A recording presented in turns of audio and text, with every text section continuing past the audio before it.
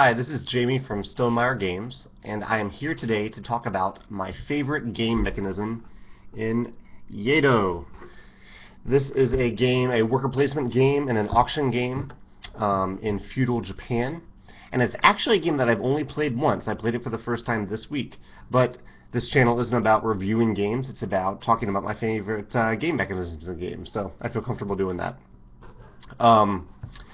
The really cool thing I found about this game, my favorite game mechanism, is that worker location matters when fulfilling quests or missions or orders. I think they're called missions in the game. So this is really, really cool. And it's a little different, like in viticulture, when you fill an order, you put a worker on a certain action where they fill the order. In this game, there are lots of different missions and quests that you can accomplish, and the location of those missions or quests matters. So, for example, one of the easier missions in the game is to learn what will be on the tavern's menu next week. And all you need to accomplish this mission is to put a worker, or have a worker, on the tavern, because that's where the tavern's menu will be. And so on your turn, there are a couple phases in the game. You place workers in one phase, and then later on you take them off. In the phase where you take workers off, instead of taking the regular action at the tavern, you would instead say, I'm filling this quest, this mission. I have filled the requirement because I have a worker there, and you take the worker off the board, and you get 5 coins. And so I love this, that like early on in the game, your missions aren't about collecting resources, they aren't about paying money or anything like that. It's just about having a worker in the right place and using that worker thematically in line with the actual mission card to accomplish the mission. I love that.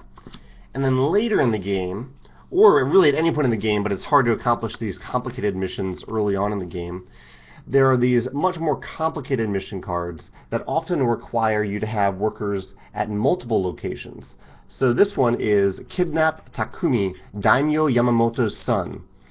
And to do this, you need to have a worker on the temple, presumably to gather information, and then you need to have a worker at the red light district, where Takumi is apparently hanging out with the geisha. And you have to use one of those workers, not both of them. But you need to have workers on both locations, but you need to only pull off one of those workers off the board to accomplish the mission. Now, I love this for a few reasons. The first, like I said, is that it's really thematic. Where your workers are actually impacts the mission that you're trying to complete. I really, really like that.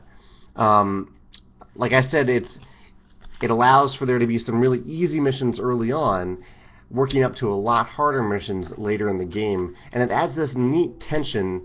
Like in worker placement, usually there's this tension of, oh, is someone going to take the spot that I want before I have a chance to get to it?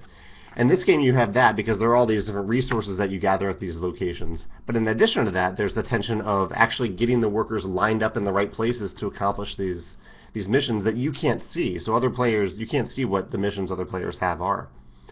The last thing I really love about this is that you never know when after everyone has placed their workers, some of the locations on the board have limited resources, or there's a weapons shop, and so there are a couple weapons out on the board, and you might have 3 workers there, and you don't know if other players are there to actually buy weapons, or if they're there to accomplish missions that have to do with that area of the board. So if you're there to actually get a weapon, then you're hoping that at least one other player there is just trying to accomplish a mission so that you can slip in there and get the weapon you want before they do. They wouldn't get it at all in that case because they're using it for the mission.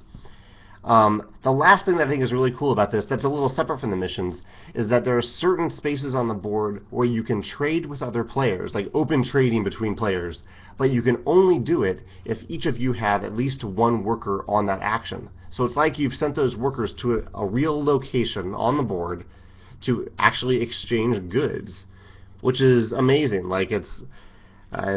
Again, it's really thematic that they did it that way.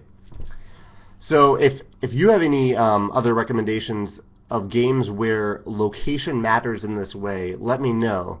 And keep in mind that it's very different than regular worker placement, where this is above and beyond the action that's written on the board and like the resources you collect or the thing you do on the board itself. This is over and beyond that with the missions and with trading between players. Really, really cool. Complicated game, very complex, a tough first play, but I really did enjoy it. Thanks.